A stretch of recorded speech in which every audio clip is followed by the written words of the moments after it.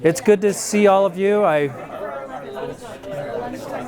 recognize faces, and we're ready to roll. So hi everybody, welcome to the Inform Utah Growth Impact Model presentation. You know, we've been working around the clock to make this available for public use in Utah for studying community growth, land development, and the impacts associated with it. We had hoped that it could be released today, and while I'm pleased to report that it's this close to being released, you won't be able to walk home and use it tonight. Or you're not going home tonight, but in your hotel room. But we'd like to make this as interactive as possible and demonstrate that it's practically there, it's testing well, it's structurally sound, and being built to grow and adapt. And we would love feedback. It's been built with a lot of feedback and reaction to what we understand city planners need and are looking for in Utah. But anyway, my name is Tim Watkins. I'm the project manager for this effort. I'm with Wasatch Front Regional Council, and this is a team that's been assembled. Methods Consulting has provided infrastructure, costing. We have some back-end scripting support, and then Jake Young with City Design is with us. Christy Ostema, and the two of them are supporting the training effort. So this model is not just a good luck using it and learning it. It also comes with support, and this is all made possible by the Utah Land Use Training Fund. And so we appreciate them making this possible and for your presence here and your interest. So Jake. Okay, thank you, Tim. How many of you have used modeling in your community on any kind of planning in any form, whether that's napkin modeling or software? A little bit? Teresa, I know you have. Okay, we're going to jump right in. Okay, so why does land use modeling even matter? And we've got this graphic kind of looking at it two different ways. A number of years ago, I was working on a downtown plan for a city center, and we had the form-based code done, and we had our densities, and we had our land uses, and it was all dialed in, but the council had a conflict. Some wanted more density, some wanted less, and this was a downtown, and there were a lot of feelings and emotion, and the meeting was going really late, and there was an important ball game going on, and people were checking the score, and then the mayor was getting kind of nervous, and so instead of following what professionals recommended, or instead of looking at what is typical in a downtown, the mayor said, I'm not naming the community, but the mayor had every council member go up to the whiteboard and write down what they thought the density should be. And then he averaged it up, and that's what ended up in the code. True story. And after that, I just thought, that's not how it's supposed to be. And 10, 15 years later, it didn't work. Like, they still don't have the downtown that they wanted because it was based on like what feels good rather than what looks good. And I know that planning commissions can be emotional, the public can be very emotional, and of course even the mayor and city council, but don't repeat that.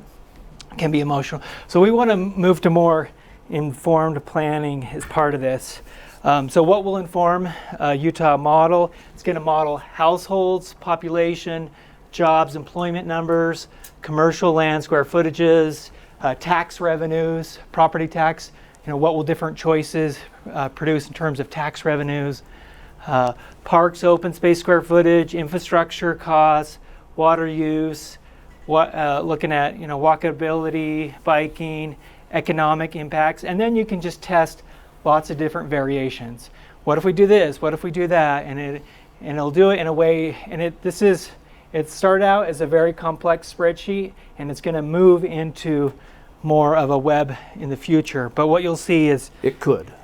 We're hoping it does. Okay, we're hoping it does. But Tim has been working on this for a very long time, and he has been working around the clock on it. It is free. It's going to be free for communities. I used a software a few years ago at Salt Lake County on the West Bench. We paid $20,000 for that land use modeling, And this software does almost the same thing. So it's going to be really good for communities and having this resource available. And it'll be available for local government, planners, even private consultants. Developers can use it as well, and even at the universities. So with a model, you look at in terms of levers. What are different things that we can pull, that we can look at in modeling? And there's acreages, a library of land use types. Tim will dive into that, and the land use types go into place types. For this purpose of planning, a place type has multiple land uses. What type of landscape are you going to use? What's the water usage? Do we have street connectivity in the plan and the model? And then also household sizes and incomes, taking demographics right into the model. And water, of course, is going to be even more important this year, and I think we're going to see some changes. I was at a canal meeting on Monday for a water provider, and they said the Tony Grove watershed had 4% snowpack, and typically it's 100%. So Dyer up north, even where they have more water. In central Utah, snowpack's almost zero, so water is going to be even more important this year. So, Okay. Thank you, Jake, for the introduction. We're going to go back and forth a little bit here. There are a lot of choices to be made about how to create this model. And typically, the easier a model is to use, the less features it has, and maybe the less customizable it might be. And so the decision was made early on to create a more robust model with more levers, more choices, more customizable configurations, and target planners as the primary user, and those related to planning professions. And that could include an ambitious planning commissioner if they really want to get into it. It's free for public use. But the complexity of it, we feel that with some orientation and some support that we can offer in configuring, then once you're kind of up and set and running, you can glide with it and do a lot of things without too much effort. So we kind of diagrammed it as very robust, but not over the top difficult to use. But it is oriented to planners as the primary user. Wanted to give you just a snapshot of how it's built. Because I think this will be significant when we get into the model and you kind of get a sense of where we are and how it works. And key to the model is a statewide database. Information that feeds into individualized user Google Sheets is the platform. The statewide data will include typical water use rates, which are different in southern versus northern and so forth. There are different zones or water duties, and typical water uses are fed into the model based on where you select your study area is. This is where the infrastructure unit costs live. And so as those might go up or down over the years, then those will be updated centrally, and you'll have access to those in your local modeling. And then we decided that the most complex part of using this model is building specific land uses, the land use library. And so what we're building the model to do, and it's ready to go, is if you have an idea for a specific land use, we'll build it with you. And then it will be available for everyone to download and utilize if they wish in their community. So there will be a growing statewide library of land uses, and I'll talk more about that. So statewide data is key to supporting and keeping this within everyone's ability to operate. There will be general settings, or there are general settings, and this is where you enter in household income, average household size. You can go in and define your street sections. The street sections are kind of ready to use out of the box, but if you want to tweak them specific to your community, you can. Landscape settings. And then you can decide which land uses you'd like to apply. And you can adjust street connectivity and so forth. Jake mentioned that the land use settings feed into place types. And place types are, you think of a land use as a land use type as more of a monochromatic or a single use. But oftentimes, or more typically, we see development as a combination of uses, working together, mixing together. And so here in place types, you can use up to 25 land uses to define up to 50 place types and create those mixes, whether it's two types of single family or mix in some townhomes, or you want to create a mixed-use center, you can define those in place types. And then when you run scenarios, you can run up to 4 scenarios in one version of the model and select up to 50 place types that you've defined, and then you can compare them between scenarios. So I hope that's a helpful snapshot of how the model is structured. So this diagram is just one of many examples of a land use type. You see it is very specific. It's only about townhomes in this case. But it's important to note that there are many different types of townhomes. Some provide more parking than others. Some require more parking because they might be in more of a suburban context than an urban or transit supported context. Some have more green space associated with them. Others fit into more of an urban, tighter block and street network. So you'll see when you obtain a copy of the model, multiple townhome land use type options. And you'll see that they each have different landscape areas, impervious drive and rooftop areas, and the takeoffs, the percentage of landscape, the percentage of impervious area, and the actual habitable space in terms of square foot total and per unit and per acre feed into the model. Here's another example. This is a concept for middle housing tri-unit. It's kind of like a townhome, but it's designed to blend into single family. Maybe it's not best practice to just do one development, repeating the same unit over and over, but for modeling purposes, this is where it starts, and it pulls again the yard areas, the landscape areas, the impervious areas, and those feed into the model and start to inform what's going to require outdoor water use versus what will not, and what's going to generate property tax revenues by way of habitable space. Okay. For single family residential, there are going to be many different lot size options. Jake's going to talk a little later about what the principles to keep in mind when integrating land use and water use planning and modeling. But if you picture each of these as a separate subdivision of these different sizes of single family homes down to the very smallest, some of which might have a common open space area, the library will include many different variations of these that you can select from. And again, if you'd like to customize one, we'd be happy to build that for you. Okay, place types. It's a combination of specific uses, and I just have to put a little plug in for the menu of centers on the Wasatch Choice Vision website. Hopefully you've had a chance to go and see the different types of centers. Here you can see mixed-use buildings, townhomes, apartments, single-family homes are in the background. Go to the next image with Jake. A small plaza or a park. These depict, and in fact, these different center types will be pre-built into the model as place types. So if you want to apply a neighborhood center A, B, or C, or a town center or an urban center, it's ready to go and you can customize it as you wish.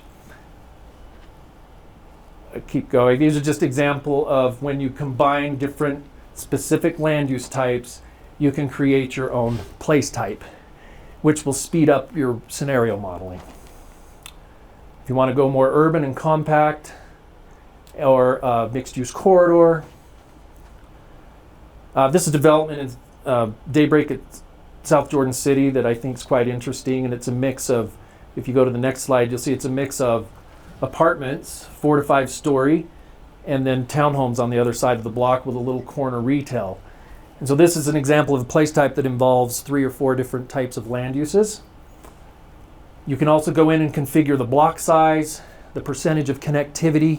So you can very much customize this to your existing and future land use conditions. Okay, next image gets us to, Jake will focus on water use planning and modeling. We'd like to spend the majority of our presentation time on this topic, but you will see reference to the other model outputs and impact metrics. Thank you, Tim. Okay, so we know that water is a big deal now and will be even more important in the future. And as part of the planning, looking at what are the decisions that you make with your general plan, your zoning ordinances, your subdivisions, how will all that feed into water usage? And here's some examples. High water use where, it's all turf grass with spray or rotors, and then some moderate where you have a mixture of turf grass with planter beds, and then a low water use. And I would just say my rule of thumb is if the only time you walk on it is to mow it, it probably doesn't need to be grass. So for what it's worth, you can share that with your council. Touch on those. Yeah. And then down in this corner, we have more of the natural grasses, the meadows, the native grasses. Those can be good low water use, yet provide a grass function, especially for storm water or hillside retention. So as part of the model, there's 3 components that go into the water usage. The first is the size of the lot. Big lots use more water. I mean, that goes without saying. And then, so you're looking at the size of the lot, and then the type of the landscape. Is it more grass, or is it more planter bed? Is it more desert water-wise, drip irrigation? And then the last one goes into just the practice. The drip irrigation, does it have mulch, weeding? I mean, it's getting, I was going to say getting in the weeds, but it's just really down into the details of it. And this is part of the model. So when you move into the landscape function of it, you'll pick the lot size, and that is a big factor. And with it, you want to look at how much water is it using, and then what is the water use per capita. When Central Utah Water, Jordan Valley Water Conservancy District looked at this a number of years ago, they found that on the large single family lot, the water usage wasn't necessarily high per acre, but it was really high per capita. And then as you start to move into the smaller lots and townhomes, that per capita use goes down. So looking at total water usage and then also water usage per capita. So here's some examples that Tim has on water use. On the small lots, you definitely don't need grass on in-between areas when you can just walk in between. So some examples of just basic grass as default areas where you just Cache Valley where you just see grass where you don't necessarily need it. This would be a great opportunity for that water-wise meadow grass mowed once a month, using less water, or drip irrigation with plants. So this is Tim's neighbor, by the way. This was like last week. They were out watering. Really worried in March that their grass wasn't going to be green. So here's some different concepts on water usage. This will come with visuals that you can use in planning to help people visualize the high water use, the moderate, and the low. And this is the model ties graphics with numbers and planning. So 9,000 square foot lots, moving from high water use into low water use. Single family, larger lots, looking at approximately half an acre. A lot of times, of course, the focus is the water-wise landscaping in the front and in the side, and then in the backyard are play areas. Moving into townhomes, again, that process of grass as the default into having grass where you would need it and play on it with your dog or your kids or just having fun. Townhomes. Then here's a mixed-use development. Certainly the more urban a project, the greater the opportunity to go water-wise, with especially the small little areas. I've had discussions with landscape contractors on maintenance, and on a project like this maintenance doesn't cost any more than this maintenance, is what landscape maintenance contractors told me, just because the beds are so small and they can get around, and if they're there every week, they can keep it looking good. Obviously, if it's a big park area, big grass area, that's different. That's where you use the big mowers that go fast. So multifamily mixed use. So I just want to throw in a few pictures. This is the Garbett development in Salt Lake. I think it's pretty neat. We've moved from water-wise single family just as a single project, single commercial project or a single home, to now we have whole developments that are water-wise landscaping. And this is new for Utah over the last 5 to 8 years. So this is the Garbett project in Salt Lake. And you'll notice all the park strips are water-wise, and then they have these small turf grass areas in the front. Here's another view of that. And then the backyards are mostly grass, but a really good example of the whole development being that. And with new zoning ordinances and requirements, we're certainly moving in that direction. Going up to a bigger scale, this is the Terrain project in West Jordan, a really good example of water-wise landscaping, and a little bit different, certainly much more native and natural. Go through some of those examples. So as we move into this, I think residents of Utah will start to change their perspective as what is tolerable. You know, when I grew up as a kid, you thought landscape, you thought grass. Maybe in the future, different ideas will come to mind in terms of what is a landscape that you would want at your home or your neighborhood. Some other examples there.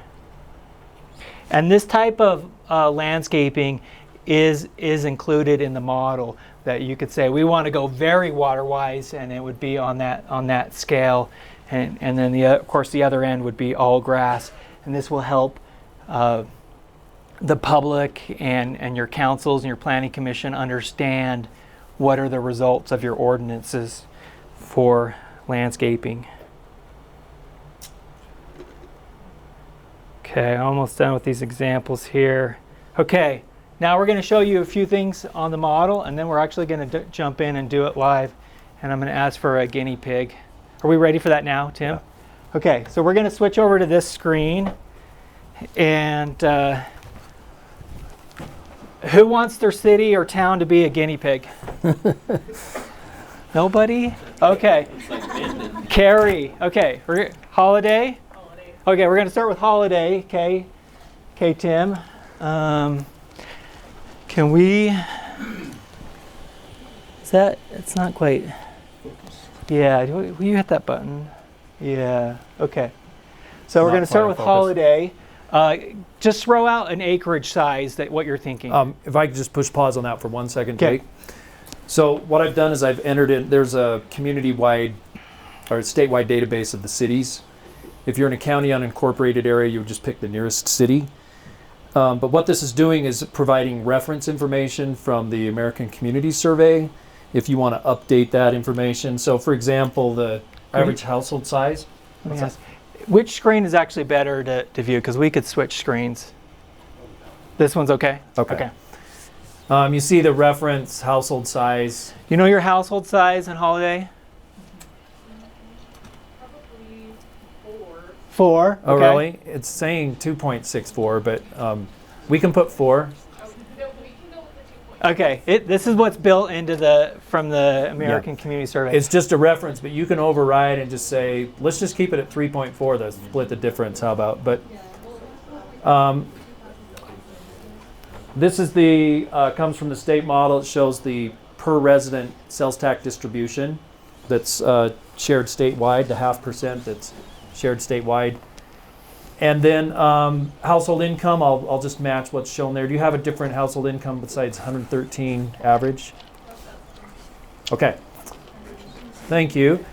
And then by way of brief perspective, when you select your city, it's saying that you are in Water Duty 5, and that these are the potential ranges of outdoor water use application.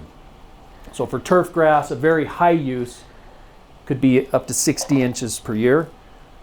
Very low use could be 25 inches per year, and that year. And the natural adapted, Jake showed some incredible examples of embracing more of the natural grass and native landscape. Very low. It's red here just because we need to confirm some of these numbers with the water districts and water conservation specialists. You see that these apply to turf, bed, right-of-way turf, right-of-way beds, and agriculture.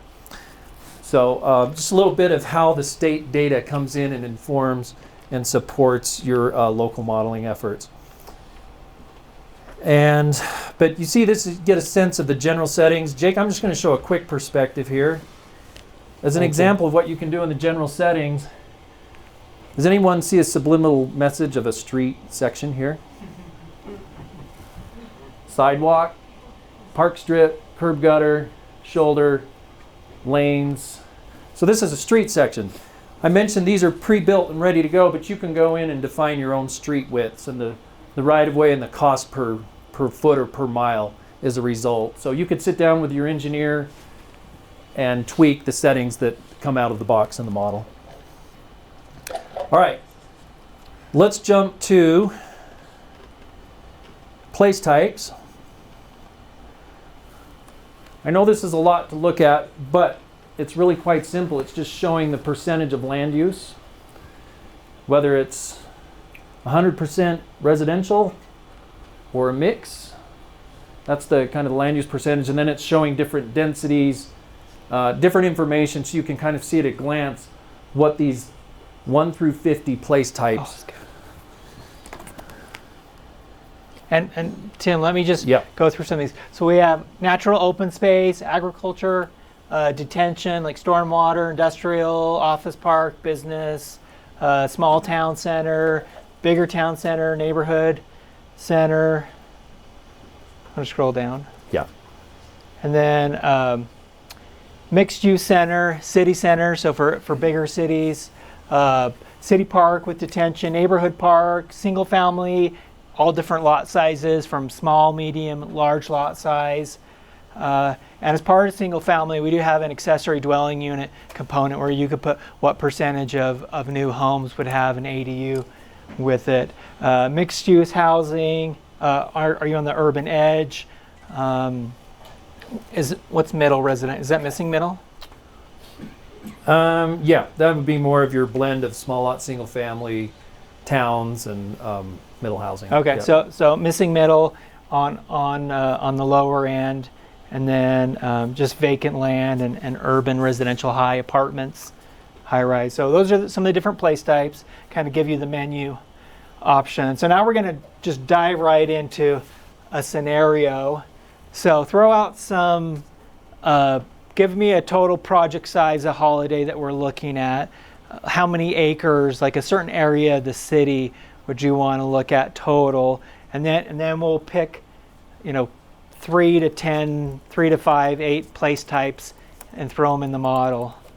And then we could do a second scenario as well. So any amount of acres or Any amount of acres. I'm probably more like 60. So we have the former Cottonwood Mall. Okay, the Cottonwood Mall site, 60 acres. And then most of our residential infill is about 18 acres. Okay. Okay. And so should we break it up into chunks of 10 plus 10 plus 20 all the way to 60, or would you rather just, because you can pick several place types, add up to that? Yeah, let's do that if you want to. Okay. So I'm going to just, for example, I'm going to... Okay, so what are some of the different place types of that 60 acres?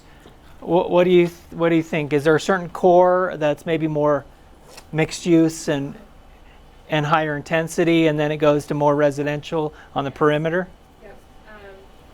So high intensity, kind of at the center of the site, commercial mixed uses there, and then filters out to some single family and small lot residential as well. Okay, so let's start with the higher intensity. Okay, should we do an urban center? Thinking 4 or 5 stories? Three. Urban center with 4 Well- stories? Yes. Yes. Okay. Urban center, 4 to 5 stories. So I just looked up the reference, and then I'm going to type in that reference number. So it correlates to a certain number. So there it is on the left, the urban center. And then of the 60 acres, what do you think? 15? Like 15. Okay, 15. Okay. And then what's the next level out? Next is We have seats up front too. If you guys would like to come up front and join us.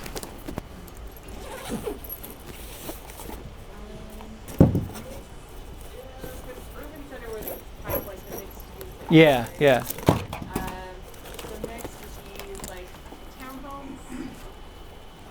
Okay. Okay. We're doing a little technical. And for the townhomes, what do you think the size is of that? Those are probably 20 acres. 20 acres. 3-story, 2-story, Three. 3-story. Okay. 2-car garage, 1 car, Two. 2. Okay. So the next one is townhomes. 3-story. Did you tell me an acreage on that? About 20. About 20. Okay. Okay, so I'm picking out, Townhomes, 3-story, 2-car garage. And we actually do have garages built into this so you can look at parking numbers. all right, let's just say that this is that. So how many acres? 20. So I'm entering the place type number, and I'm entering 20 gross acres.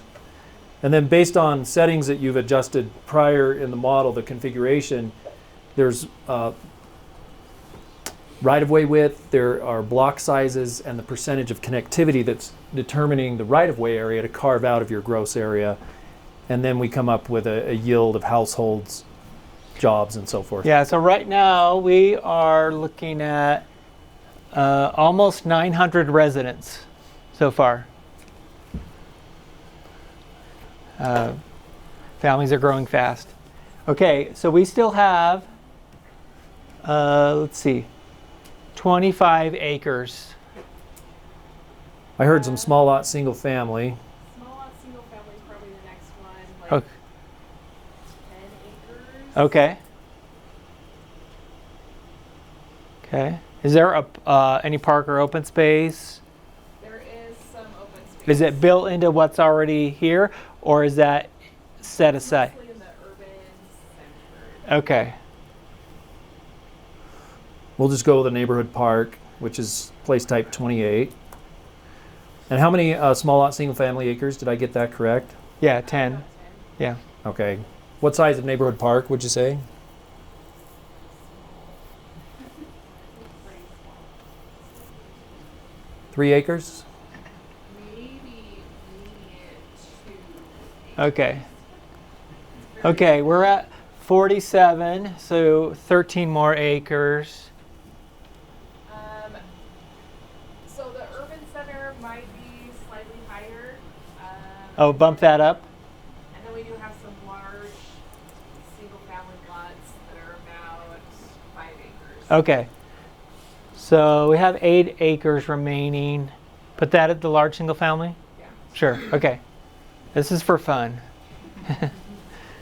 Okay, so large lot. Are we talking quarter, half, half acre? Okay, estate Oh. lots.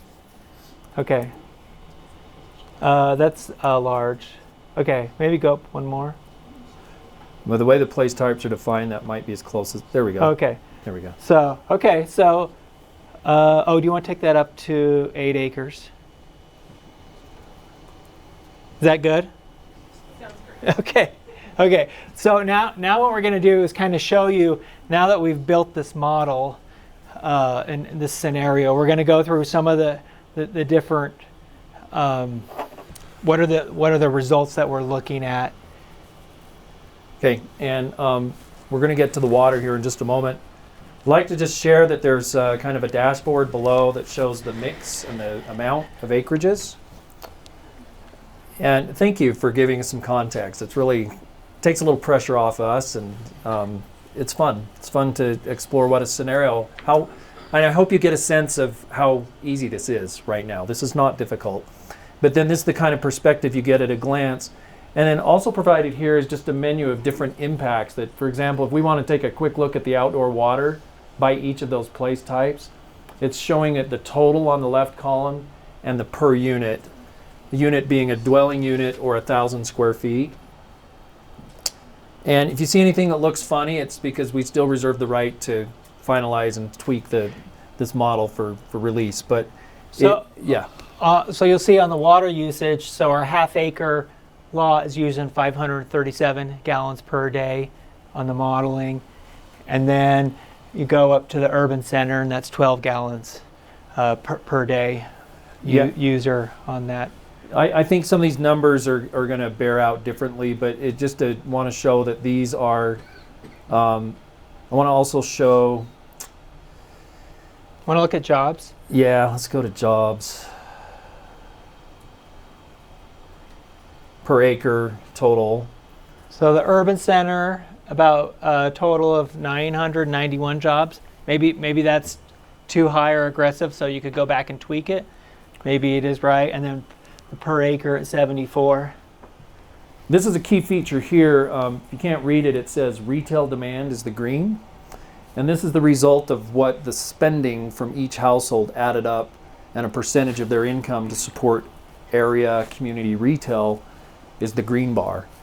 And then the amount of planned retail, and granted not every neighborhood needs to be balanced that way, but if you're doing say a general plan or a study area or a corridor where there's a lot of red future retail demand, one can see if there's some a reasonable ratio between potential residential support and the retail supply. And then jobs and households are provided here. All right, yes. On your jobs, in our community, about 80% of our businesses are home-based businesses. Does the model take home-based businesses into account as far as the jobs go? As of 1 week ago, it does. So we'll go to home-based employment, and you can, well, why don't you tell us what a reasonable percentage assumption for a small lot and a large lot single-family neighborhood might be of households, percentage of homes that have a small home-based business. Say 30%. Whoa. Oh, wow. Okay. Okay. So I'm going to enter 30%, and based on Holiday's acreages, right? And 30%. And then what do you think the average number of employees, either family members or one or two offsite employees that could work at that home-based business? Quarter. Oh, so one per household maybe, or? Like part-time is what you're saying. Right. You might Part- have, a lot of them are just the residents or they have their business out of their home. Oh, And so they may not have outside employees coming in. Okay. is it, is that their full-time employment or is it a side gig? Some of both? Some of both. Yeah. Yeah, and so maybe that's where you put 0.75. Yeah. Right. It could be 1 point something, it could be 2, or it could be 0.6, something like that. And then, yes, what this does is adds to the total employees for each place type, and then it feeds into the totals. So I didn't prep you to ask that question, but I'm really glad you asked it. Glad Good we're- job. Thanks, Dennis. Okay. Dennis is with Gunnison, so rural employment at home. Let's also show a new feature, which is Do you want to go back to where? yeah. Let's pan over. I want you to see all these different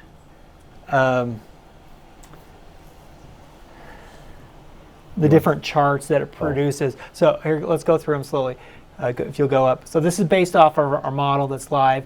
Sales and property tax revenue per acre, land use productivity. I'm going to scroll down in terms of, so I'm going to change the zoom. how is the land being used? Revenue per acre. So that's property and sales tax combined.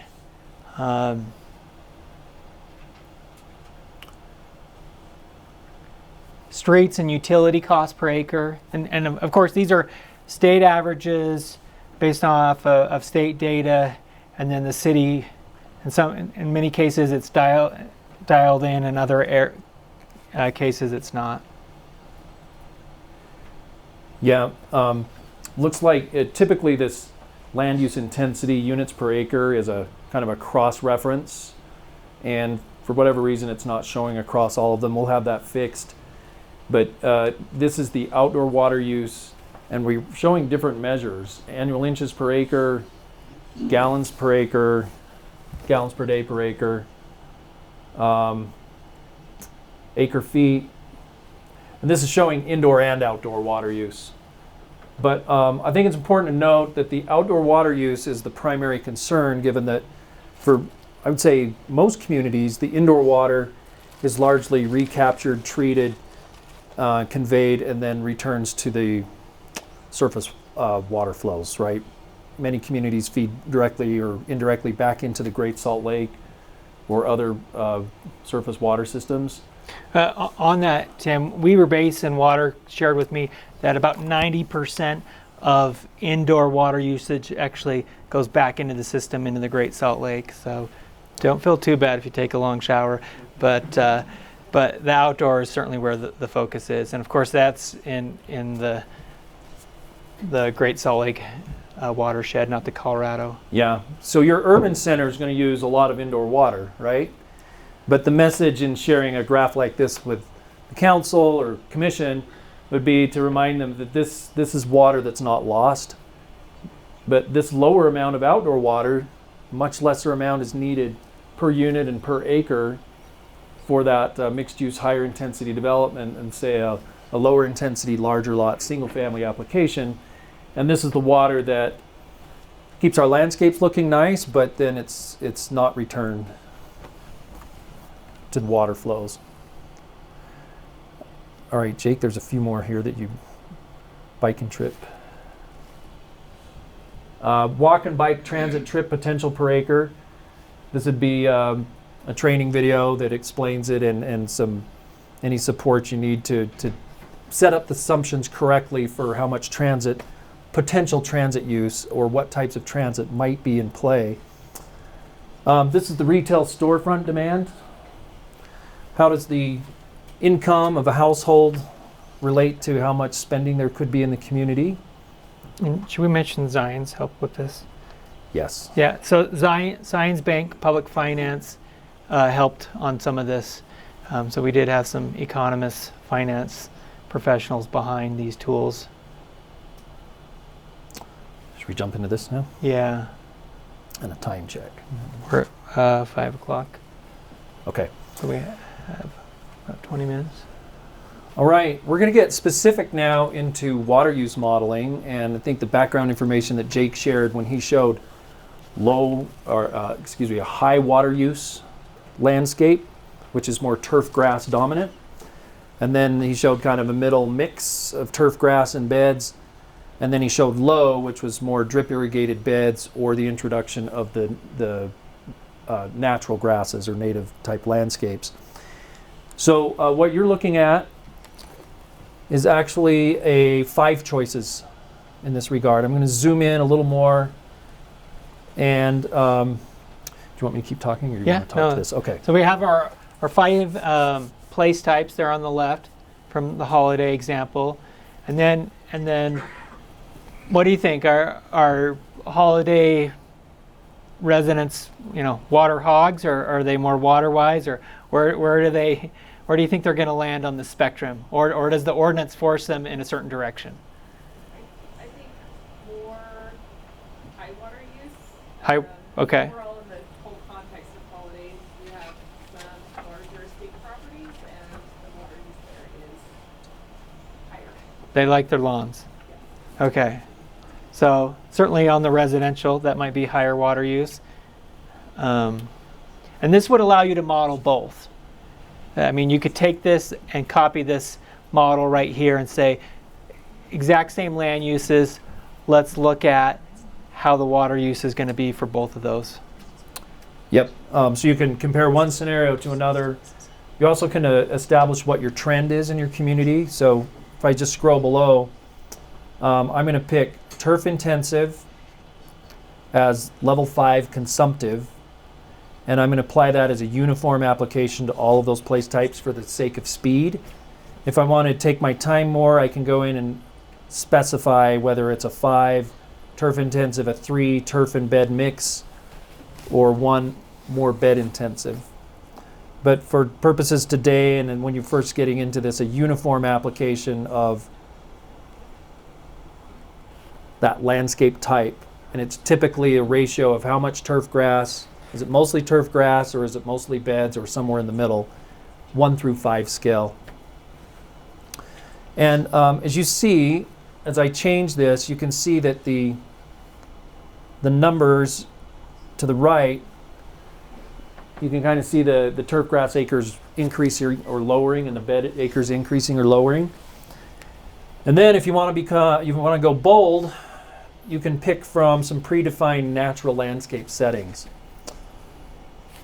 So let's go up to our future outdoor, and we'll just assume more of kind of a moderate. Let's say that there's a landscaping education and ordinance program to require and encourage less water use. So we're going to go with the moderate, level 3, in terms of less turf grass, more beds. And then Jake mentioned the water practice. And you think of the very high water use level 5, or folks who overwater, or that, like my neighbors that are watering in March, the end of March. They never aerate their grass. I might be guilty of not aerating my grass enough. That grass was installed, or turf grass was installed without tilling the soil first. So best practices would be efficient irrigation systems, tilling soil, and so we're going to have descriptions of what high consumption 5 means versus low water use level 1 in terms of best stewardship practices.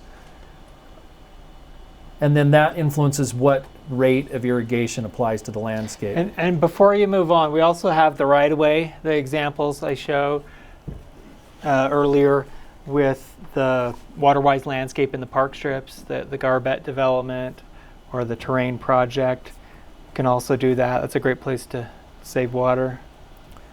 Yeah, so to that point, Jake, we're going to select a natural setting. And as I select the natural, what it does is it pulls acreage away from turf grass and beds and just puts it into that natural landscape that Jake showed us in some examples. And so what we're going to do is ask you to keep your eye on, can you see the total down there? Is that the 62?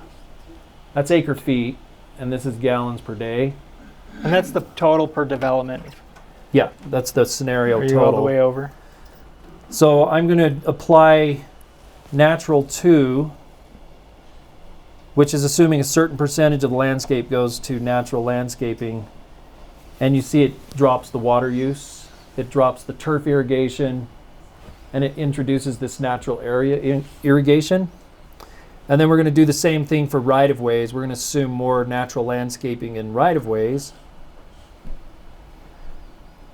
So natural 1 through 3 is how much is natural? Yeah, there's an earlier place in the model to define what you want it to mean.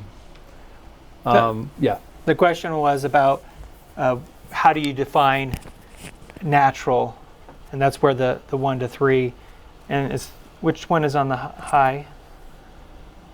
So 5 is most consumptive. Yes, right there. But for natural, 3 would be least consumptive. to be determined. It's how you want to define it. If you want 3 to be the highest percentage of natural landscape conversion or requirement or whatever it is, it's entirely how you define natural 1, 2, or 3 in pre-settings. And again, we'd be happy to help you think through how you want to set that and configure it so that you can test it. And what you'll end up with are some pretty dramatic differences between not just the place types, so you're getting different results, place type by place type, but then you could go to another scenario altogether. And you can use different place types and different acreages, say, to achieve the same population. Is this the programmer side or is this the user side that we're looking at? This is the user side. So it is a little bit, it's a little geeky, but I mean, this is more about the modeling and the data, and it's a less polished version than something you might pay a lot of money for on it. Be careful, we stop and ask a few questions. Yep. Okay, I want to pause here and see what questions you have, but I also want to see if any of you have comments as to how you would actually use this in your current practice, working with your communities. Where do you see this fitting in with what you're doing now? Okay, go for it. So No, yeah, go no, and then right next to each other. no, and afterwards, Green shirt or yeah, blue shirt? Okay. turquoise and then green orange Okay. camo. Cool. So in our community, we have like a lot of expenses, and it's always a concern with growth and what the budgetary impact of certain things are. Does this model give any implication on like fire and police and parks? And I saw that it gives like how much right of way, but one step further, I don't know if it goes one step further, like how much does it cost to maintain that right of way as far as public works budgets and things like that? Because we're always wanting to know dollars and cents. Like, okay, if I approve this, what's the budget impact to the city in this scenario versus that? And we know it's going to provide property tax revenue, so you know the income side to the city, and then the question is on the maintenance cost. Yeah. Everything costs money. So a partial yes, and then a partial potentially in the future. There is a fairly new module that allows you to work with your engineer to either accept what we're suggesting is typical operation and maintenance costs for street maintenance. It's a little bit on the techie side in here, but once it's configured, it just spits the numbers out. And so it includes street maintenance and eventual replacement. And then it also includes pipe inspection and cleaning, and repairs are a little bit out of that equation. Parks, no, but that could be done. There could be a per acre per cost and a per year assumption, and that would be a later feature add-on. And police and fire, if it's more a function of just per 1,000 residents, then that's something you'd have to just. I do just want to mention that we're creating a MySpace sheet. So much of the model is not editable, but this is a sheet that you could go in and pull numbers, pull data sets, and do your own little calculations. So. Okay, does that answer your question? And what you'll be able to do is take your numbers and put them into the model and modify it so that you're seeing what the costs. Are you still in Syracuse? Yes. Okay, so you could do that there. Literally the same question, maybe something there, but just Okay. being able to understand long-term how a certain development type is going to affect future budgets. Yeah, okay. So yes, that's exactly what this will do. So I don't know if you're familiar with ET Plus. Yes. You know, that was probably $1 million model that was built for the Salt Lake region, and it was great, but the data wasn't kept up to date. There was nobody responsible to keep the data up. And what's the structure here behind the model? I mean, I'm assuming you guys built it. Who's paying for it? Who's responsible to maintain the data moving forward? And how, you know, just a confidence level in using the model moving forward? Yeah, so the state is paying for it. It has cost dramatically less. I took a whole summer class on that model, so I feel your pain. And this is coming out, and there's not necessarily a long-term commitment yet, but there's a hope there that it could be creating this, the upkeep of it, and taking it forward is less cost in terms of the ET Plus. So I think that future is a little bit brighter. Tim, what do you want to add on that? Yeah, the Land Use Training Fund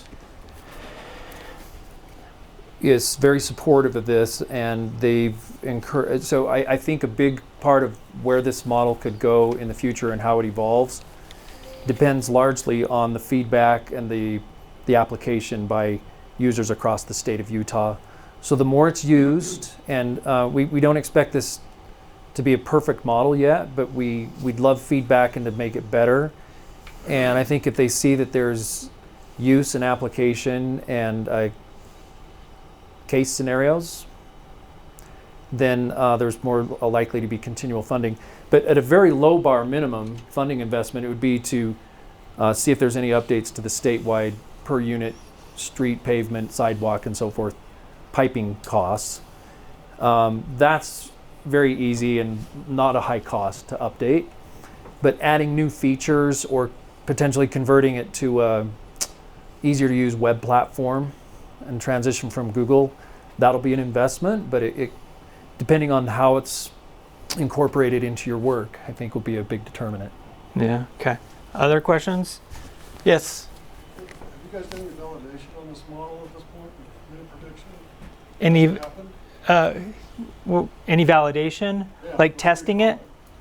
You have a model and you're modeling away. You have some proof that it's predicting the future correctly. Yeah, I can speak to at least some of that. Yeah. So part of what Methods Consulting looked at was not just providing unit costs, but to look at how those unit costs would add up to a typical cost per foot or mile compared to other streets that they're looking at. And so the data that they've derived these unit costs from are actual bid sets. And so they not only provided specific square foot or linear foot numbers, but then they looked to see how the model was creating neighborhood street systems, and then the cost per foot per acre, so forth. They're saying looks reasonable. We compared it to some feedback from a test case up in Cache County in central Utah. Some of the county engineers thought the numbers were a bit on the high side by maybe 15%. However, that prompted the ability to go in a new feature that allows local users to go in and adjust those unit costs up or down by percentage or specifically. So that local customization is in there. The water use is looking very, very accurate. We've been working with Division of Water Resources, and they feel that in the conservation district. So a lot of efforts to validate and make it realistic, but a lot of local user control to adjust unit costs and settings. And for population predictions, I would still lean on the Kem C. Gardner Policy Institute that does that statewide for counties and cities. That is their expertise. This is showing you modeling the results of growth of different scenarios instead of saying, crystal ball, here's your future. Yeah. We have time for just a couple more questions. On water use and kind of those landscape types, I know the typical is, low water use versus amount of grass, bed space. Do you have a way to kind of adjust based off of the amount of shade or tree canopy? In holiday specifically, we have a high amount of tree canopy, which reduces water use just based off the amount of shade coverage. So having some of that accounted into modeling, just wondering if there's some of that capability. Yeah, that's a great question. When we spent time working with Water District conservation planners. Jordan Valley Water Conservancy District in particular pulled data from their demonstration gardens as well as what they're seeing out amongst their different users and customers. And they focused more on the watering habits and the awareness of people than they did the shade. So it doesn't get as specific as evaporation, transpiration kind of rates, but it's more just what they see, shade or little shade, what's the conservation practice.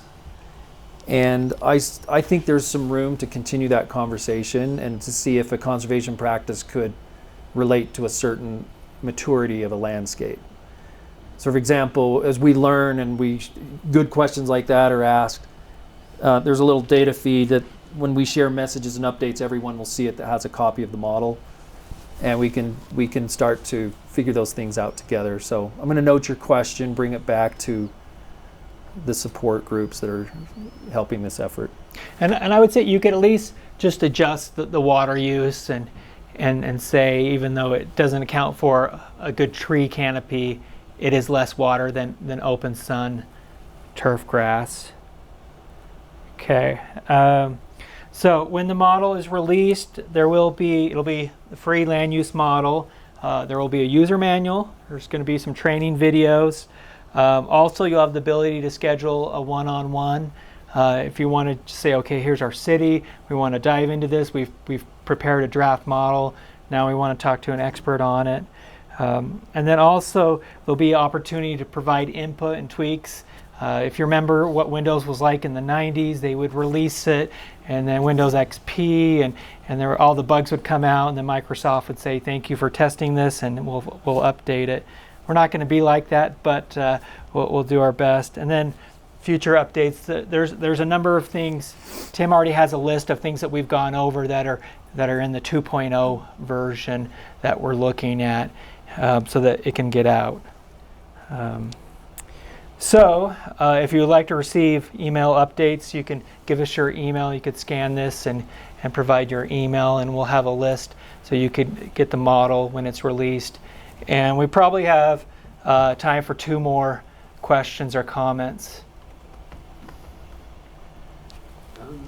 Today you focused a lot on water use, but it sounds like the land use part of this, you could analyze, okay, large lot, single family, how does that over time with maintenance of roads, is that a net positive or a negative for the city's maintenance versus property tax that they're collecting? Is it meant to do that type of analysis as well?